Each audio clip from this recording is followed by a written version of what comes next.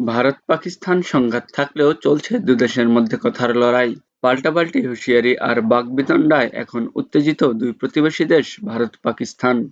এর এই ধারাবাহিকতায় এবার পানি নিয়ে ভারতকে সতর্ক করলেন পাকিস্তানের প্রধানমন্ত্রী শাহবাজ শরীফ।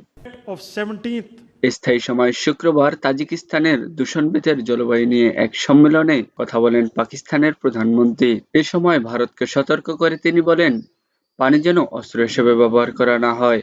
একতরফা ও অবৈধ সিদ্ধান্ত সিন্ধু পানি চুক্তি স্থগিত করা কোটি কোটি মানুষের জীবন জিম্মি করে রাখা বলে অভিযোগ শাহবাজের। এই চুক্তির সীমা অতিক্রম করলে ইসলামাবাদ মেনে নেবে না বলে হুঁশিয়ারি করেন। উত্তপ্ত মন্তব্য করছে ভারতও। শুক্রবার দেশটির প্রতিরক্ষা মন্ত্রী রাজনাথ সিং দাবি করেন, অপারেশন সিন্দুরে ভারতের নৌসেনারা যুক্ত থাকলে পাকিস্তান 4 টুকরো হয়ে যেত।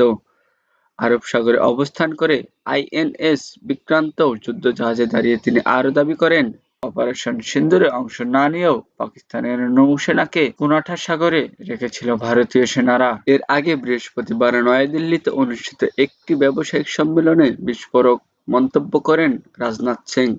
পাকিস্তান অধিকৃত আজাদ কাশ্মীরের বাসিন্দার ভারতের অবিচ্ছেদ্য অংশ দাবি করেন তিনি। তিনি বলেন, শিগগিরই তারা স্বেচ্ছায় ভারতে ফিরে আসবেন।